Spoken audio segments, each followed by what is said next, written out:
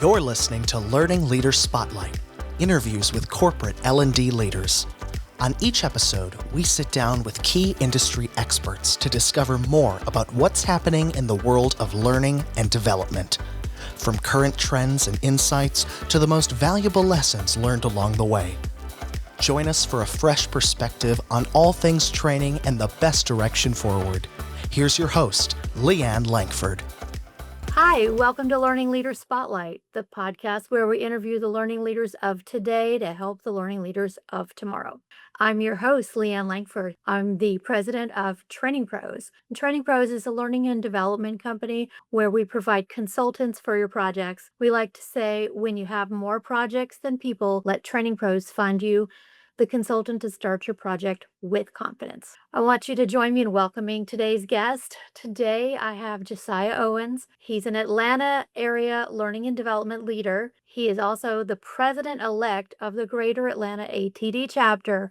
Welcome, Josiah. Thanks, Leanne. I appreciate you for having me. Super excited. If I can be honest, I've been chomping at the bit to talk with you because we've met and exchanged emails over the last few months and years, and I've heard your name. So this is truly a pleasure to be able to share space with you. So thank you for having me. Thank you so much. That's really nice. And for those of you who don't know me, I live in the Atlanta area and have for quite a few decades, and I've been very active in the Greater Atlanta chapter for quite a few decades. So people who work with ATD probably do hear my name. So I'm not sure how they hear it, in what context or what mood. Good things. All good things. Oh, that's good.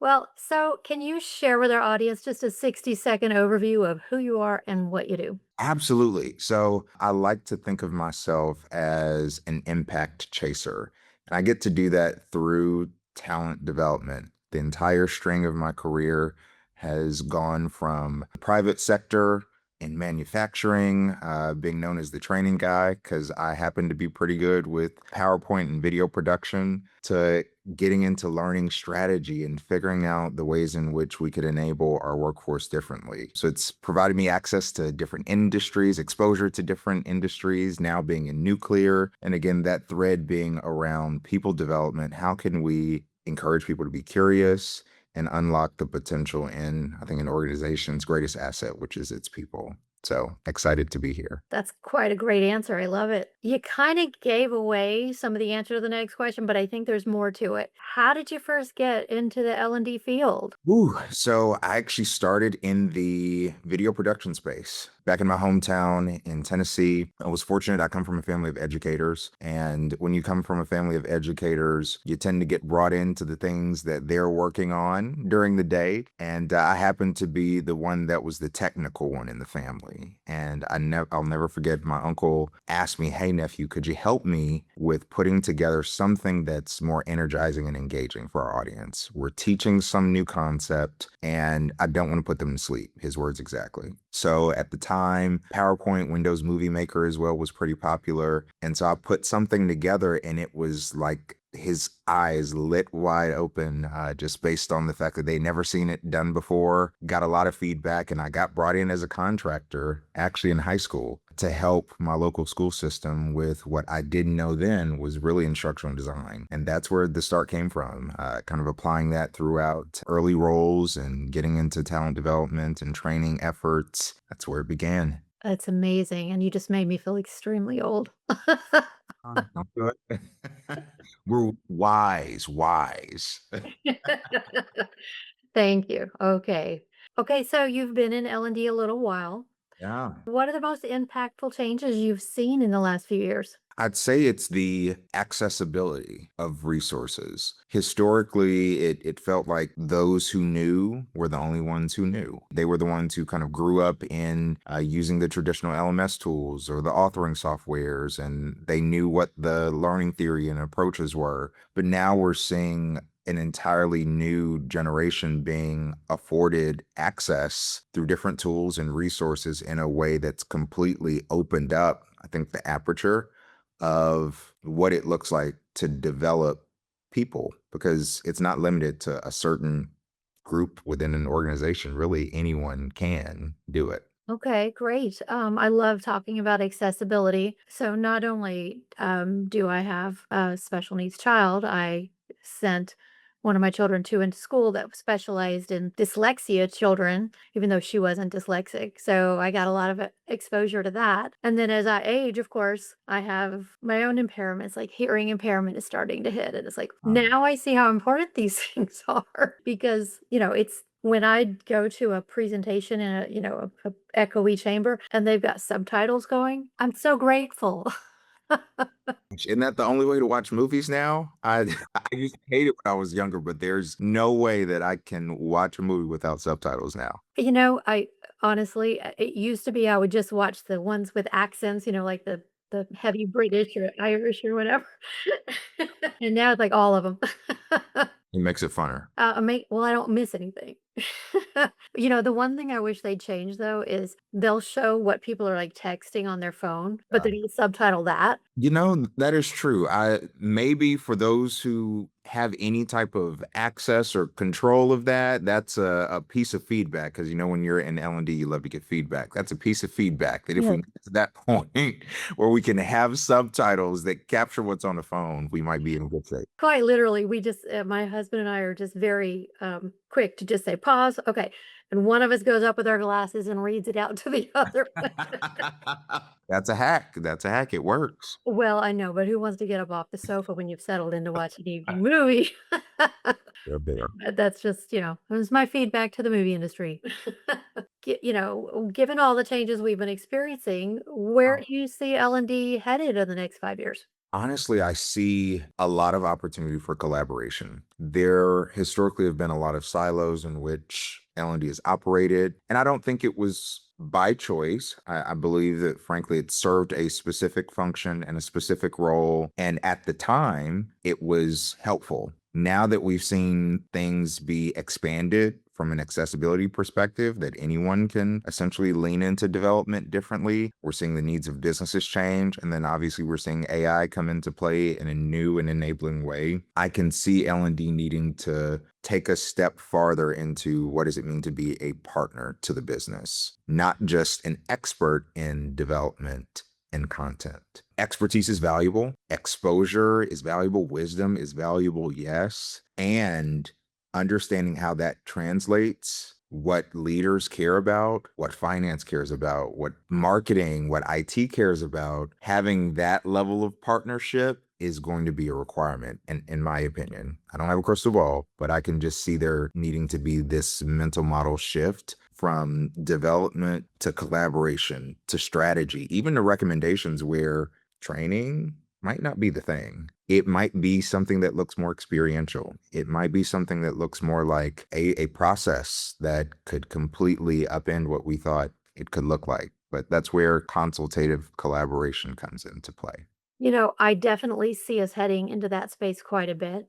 I've been leaning hard into something that we used to study back in the 90s, which is performance consulting.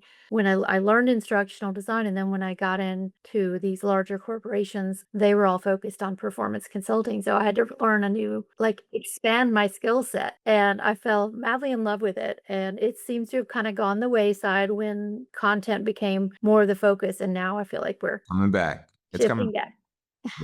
Yeah. It's good. It's good. I think it's timely. And in many ways, there's so much opportunity that's untapped. When you think about relationships, when you think about impact, I use that word when I introduce myself in terms of chasing impact. That's an opportunity to do that in a way that I don't think we've done consistently in years recent. Yeah, well, I just think that there was such a strong need and focus on building great content. I feel like that need has kind of pulled back, especially with, I'm going to use the buzzword AI. Now that it's so much faster and easier to build content, it's less of a focus now. So, very soon, president-elect means that soon you're going to be president of the Greater Atlanta ATD chapter. It's a very large chapter, one of Yeah. the largest in the world. Yeah. Maybe I don't know if it's the largest, but it's one of the largest in the world. No pressure. Oh, no pressure at all. Yeah. Yes. Yes. Yes. Um, so I wondered if you would share some of your plans for the chapter next year. Yeah, so we're only about 6 years removed from COVID. And as we know, things shifted dramatically for all organizations at that time. And so over the last several years, we've been working through how do we get people back together, kind of in a way that encourages engagement, that certainly capitalizes on the size of the chapter, and how do we make sure that we make it the people's chapter too. And so you've seen a lot in the last 2 years, I'd say a lot more partnerships with the organizations that work here in the city. You've seen us trying to peek behind the curtain in different ways to really understand what is it that these organizations need? What is it that they care about? And so if we look ahead, I can see there being certainly continuity of that in terms of key partnerships with organizations and giving our chapter members exposure to what's happening in their own backyards. And then I can see some partnerships with, I'd say, tangential organizations to ATD. So last year we introduced Atlanta HR Week, which allowed us to pull in our sister and brother organizations who have some of the same skill sets used in different ways. You know, L&D usually sits, if not within HR, next to HR. It might even sit with some IT organizations. And so trying to pull those organizations in to partner more in a way that starts to create the realities of what we deal with in our organizations is what people can expect. I would love to see more of our events that are inclusive of all of those individuals who aren't just L&D, because it's going to reflect the world that we live in. And it's going to give us that perspective that I think will help us to take that back to our individual organizations, our individual clients, for those who do this independently, and make it more so reflect reality as well. Okay. So, you mentioned about getting people back together in person. Yeah. My comment on that is I've seen a huge push around the country from corporations to start doing things in person again. Not just return to the office, which everybody's like, oh, roll eyes, I hate that. But it seems that the learners are craving back in person again. Yeah, and there's beauty in even what we're doing now from an engagement perspective. And there's also something about the energy that comes alive when you're in person for a productive reason. And that's even how we've been shifting within the chapter of trying to make sure that the events that we put on aren't just static. They are something that certainly have that time for people to network, that we're thoughtful about what you get, that we're thoughtful of takeaways, and even generating a little bit of FOMO for people who can't make it. That just encourages people to want to be part of something and not miss out on a lot of the goodness that's happening when you do make that time to come together. I love that as a marketing perspective. FOMO, make sure that Yeah. people don't want to miss what's happening.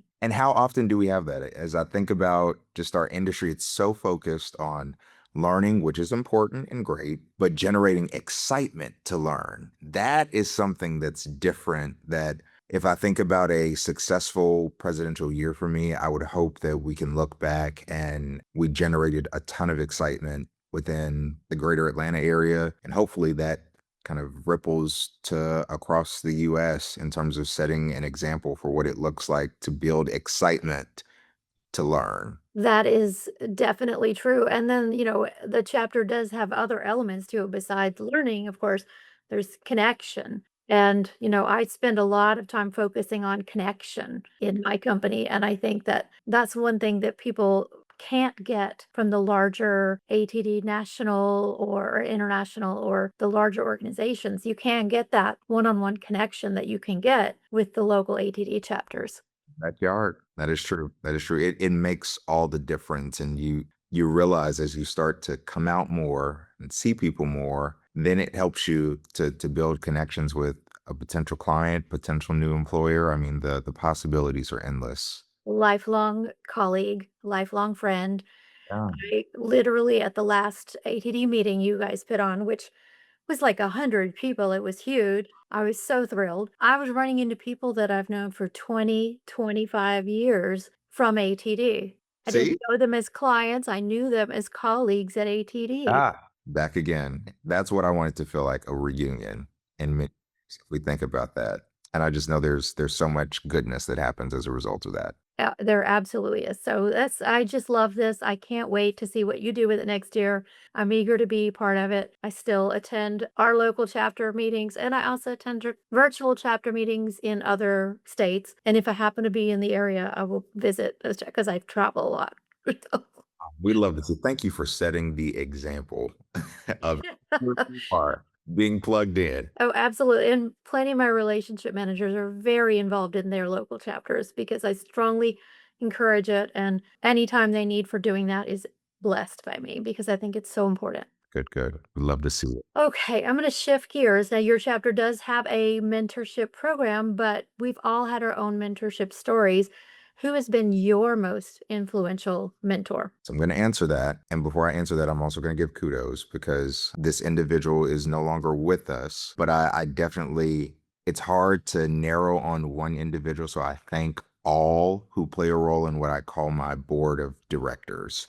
They're the people who can advise me, they can challenge me, they push me, and it consists of several people. But the one person is my grandmother. I mentioned I come from a family of educators. She taught school for 54 years and got her master's at 67, was extremely influential in the local school system and in the classroom, and really instilled a love for learning. And in so many ways, just the way that she not only expected excellence, but modeled what it looked like to want to contribute, to want to show up, to want to make a difference no matter where she was, has just stuck with me in a way that I still hear those lessons from 20, 30 years ago around if you're going to do it well, be the best at whatever it is that you do, and make impact.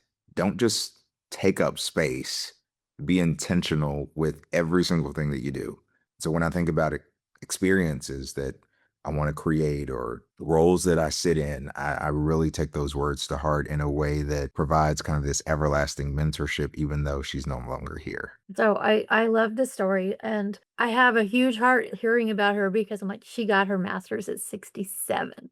That's 67. amazing. And what makes that even more amazing, she did it with her sister, who taught school for 54 years as well. She did it with her youngest son as well, who taught school for another 30 years. So, I mean, just it was truly a family affair. And you can see how that level of inspiration just translated and transcended generations. And it sounds like your family has been highly educated and focused on education for Yeah. generations. Yeah, yeah. And what's interesting is someone who didn't necessarily go into education, I'm helping to facilitate learning as a learning professional. And so, even thinking about that, no matter what industry you're in, there's always something to learn. There's always an experience that you can help create that helps someone either take something away, contribute something, and you get to be a steward of that. Just when I think about what she instilled in that legacy, that is one of the greatest gifts that she could have ever left us. Beautiful story. I love it. Okay, so here's a question I like to ask because skills have become very important in our discussions in L&D. What do you think is the most important skill in the workplace right now? One word, curiosity. Being curious. Long gone are the times where it's okay to say, I don't know and I don't care to know. This is probably the easiest time and the most convenient time to be able to access information,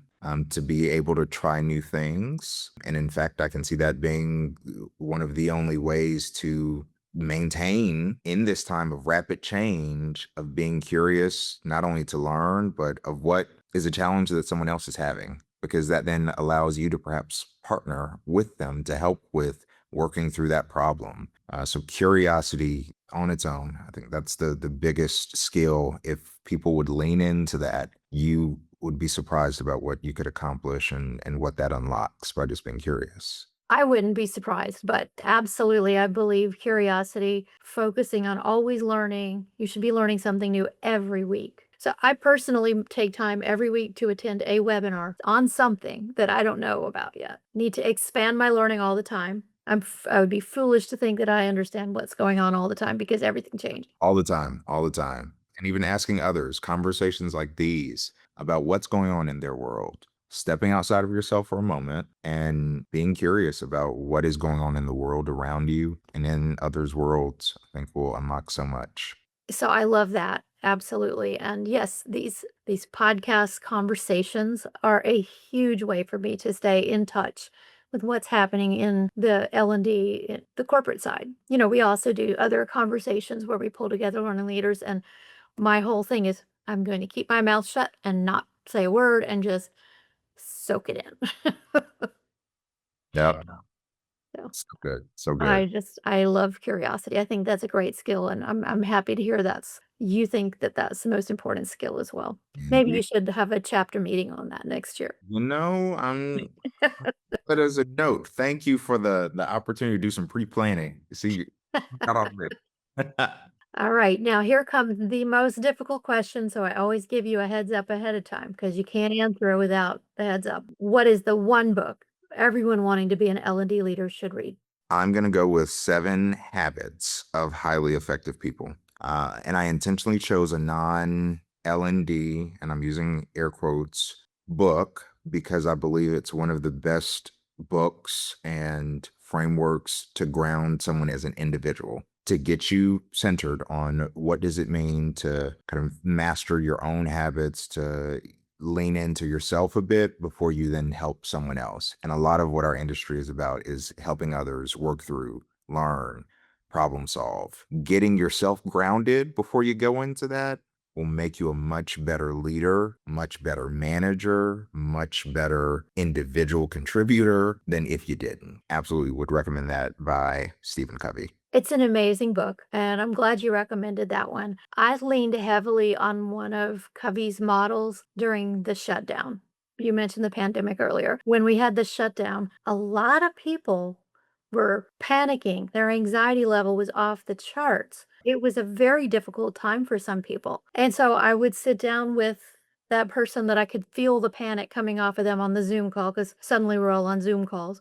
And I'd walk them through the circle of control from Stephen Covey. There it is. And it's all about just changing the things you're saying internally and the questions you're asking and trying to get yourself closer to the center of that circle of control. Because my team literally was like, "Why are you so calm? Aren't you worried we're going to go out of business?" I'm like, "Well, no, this is just a moment in time. We just have to get through today."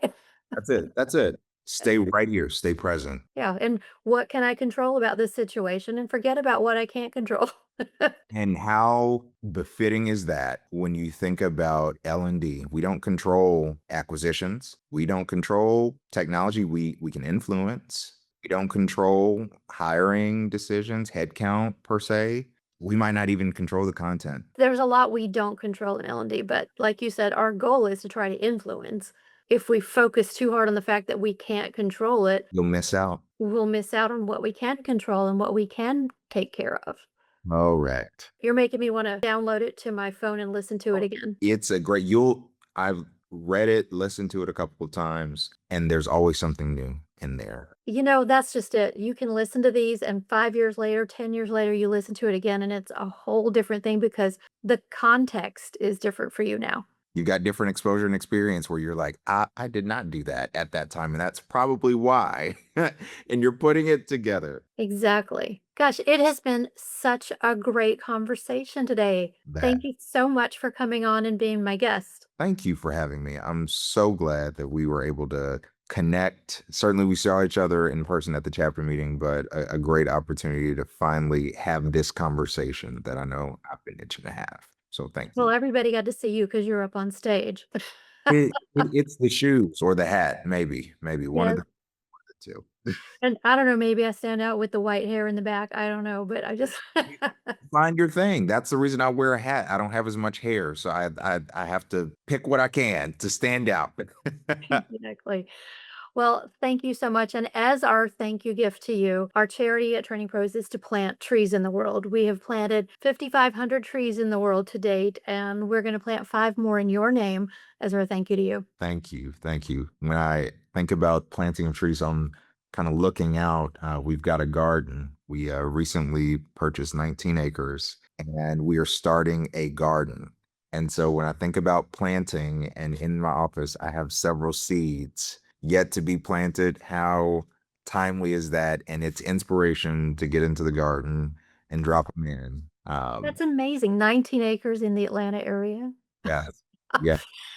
Amazing. Well, most of the planting we do is in cooperation with a reforestation company, and it's usually after forest fires. to help get the correct plants going again to stop the invasive species and all that. Well, thank you for that.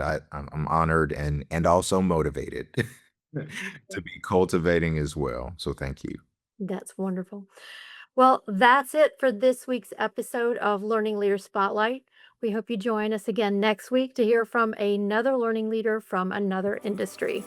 Thanks for joining us for the latest episode of Learning Leader Spotlight, interviews with corporate L&D leaders. You'll find links in the show notes to any resources mentioned on today's show. If you're enjoying our podcast, please subscribe so you never miss an episode and leave us a 5-star review.